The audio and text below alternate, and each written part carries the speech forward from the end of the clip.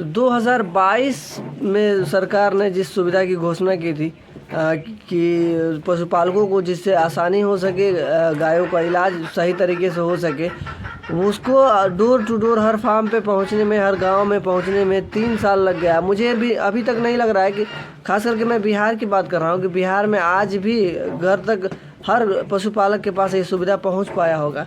मैं बात कर रहा हूँ मोबाइल वेटनरी जो है, मोबाइल पशु चिकित्सा जो है, वो अब जाके 2022 से ही इस पे काम चल रहा था। एक न्यूज़ आया था 2022 में ही, लेकिन अब जाके वो पशुपालकों तक ये बात पहुंच रही है। खास करके मैं अगर अपने फार्म पे बात करूं तो कल, अब सोचिए, जो सुविधा 2022 में सरकार देना चाहती थी वो उसको मेरे फार्म पे या किसी और गांव में जो रहने वाला पशुपालक है उस तक आते आते 2025 हो गया। कल अपने फार्म पे जो मोबाइल सर्विस है पशु चिकित्सा का, वो आया हुआ था, एम्बुलेंस आया हुआ था। जो उनके डॉक्टर हैं या जो भी उनके पास कंपाउंडर थे, उन लोगों ने अपने फार्म का विज़िट किया, देखा, कुछ दवाइयाँ भी दी, कुछ पशु जो अपने बीमार थे उनके बारे में भी कुछ सलाह लिया गया। हालांकि सर्विस तो बहुत बढ़िया है, लेकिन अफसोस इस बात की है कि इसको फार्म पे आते आते या हर किसान तक पहुँचते पहुँचते इसको 3 साल का समय लग गया।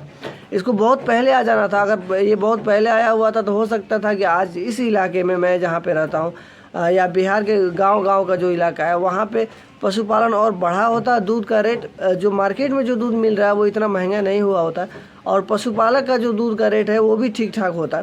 दोनों मार्केट का और पशुपालक का दोनों रेट बैलेंस हो गया होता।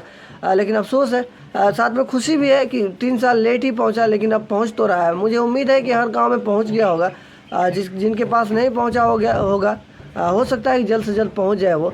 गवर्नमेंट को भी चाहिए इन चीज़ों पे जांच करे। अगर ये सुविधा सरकार देना चाहती है पशुपालकों पे, तो वो पहुंच क्यों नहीं पा रहा है? सबसे पहले तो इस चीज़ का पता करना चाहिए।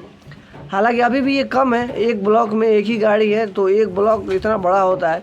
अगर मैं अपने ब्लॉक की बात करूँ तो बहुत बड़ा एरिया है उसका, तो एक गाड़ी काफ़ी नहीं है। मैंने बात किया कि कैसे ये सुविधा हम लोगों को मिल सकता है, तो उनके जो डॉक्टर थे उनका कहना था कि आपको फ़ोन करना पड़ेगा। 1962 एक नंबर है, टोल फ्री नंबर, जिस पे आपको कॉल करना पड़ेगा।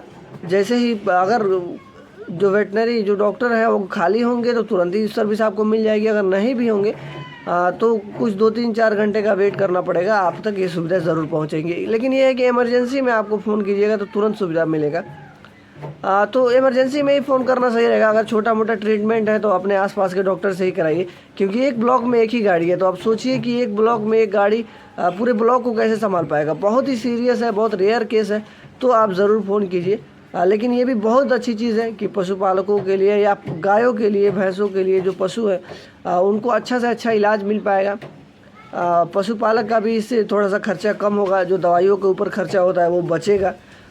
तो वो एक फ़ायदा ही होगा। जैसे कि अमूल के जो पूर्व एमडी हैं, उन्होंने अभी हाल ही में इंटरव्यू दिया था कि पशु जो दूध है मार्केट में इतना महंगा हो गया है, लेकिन पशुपालक है उसको दूध का रेट अच्छा क्यों नहीं मिल पा रहा है। तो उनका कहना था कि इसको कैसे मैनेज किया जाएगा। जो भी वो अपने टर्मिनोलॉजी को बता रहे थे कि हम कोशिश कर रहे हैं कि जो दूध से हम लोगों की कमाई होती है उसका 80% हम पशुपालक को दे पाए, बाकी 20% में ही हम अपना खर्चा पूरा करें। तो हो सकता है कि आने वाले समय में ये चीज़ें सही हो। हालांकि सरकार का ये लक्ष्य भी है कि जो दूध है उसको दूसरे देशों में भेजा जाए। अभी तक ये संभव नहीं हो पाया है। हम लोग दूध आयात ही कर रहे हैं, मतलब दूसरे देशों से अभी तक दूध खरीद रहे हैं। अभी तक निर्यात उसका नहीं हो पाया है अपने देश से। हालांकि अभी हाल ही में सुधा ने कुछ डेयरी प्रोडक्ट को कनाडा भेजा हुआ है। अब देखिए क्या उनका रिस्पांस रहता है, दोबारा यहाँ से वो लोग ऑर्डर करते हैं कि नहीं करते। अगर निर्यात होने लगे तो पशुपालकों के लिए बहुत अच्छा हो जाएगा, क्योंकि हम लोग को अच्छा से अच्छा रेट मिलने लगेगा दूध का।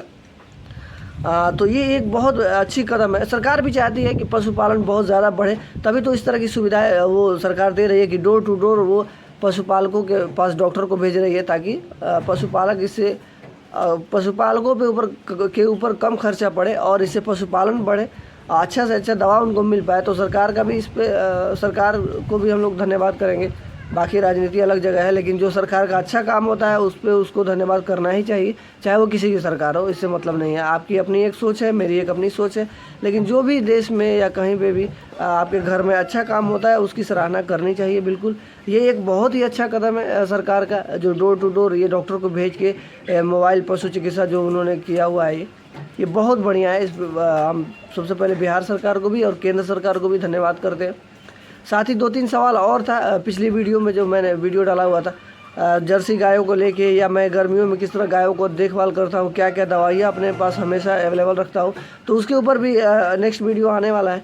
अभी टाइम थोड़ा आपको पता है कि गेहूँ कटने का समय है तो उसमें आदमी लगा हुआ है, लेकिन कल अपने पास ये जो आया हुआ था वैन, जो पशुओं का जो एम्बुलेंस था वो आया हुआ था, तो ये एक मतलब मुझे लगा कि बड़ा ही ज़रूरी बात है, आप तक ये बातें पहुंचानी चाहिए। ख़ास करके सरकार का धन्यवाद मैं करता हूँ अपने वीडियो से, जो लोग देख रहे हैं उनको भी करना चाहिए। अगर आप तक नहीं पहुंचा है तो जल्द से जल्द मुझे लगता है कि पहुंचेगा ये, क्योंकि मेरे पास पहुंच गया तो आपके पास भी पहुंचेगा। ये तो आखिरी जगह है, बिल्कुल यहाँ से नेपाल शुरू हो जाता है, तो मेरे पास ये सर्विस पहुँच गया है तो आप तक भी पहुँचेगा। उम्मीद करता हूँ वीडियो पसंद आई होगी। पसंद आई है तो वीडियो को लाइक ज़रूर कीजिए, चैनल पर नए हैं तो चैनल को सब्सक्राइब कीजिए। धन्यवाद।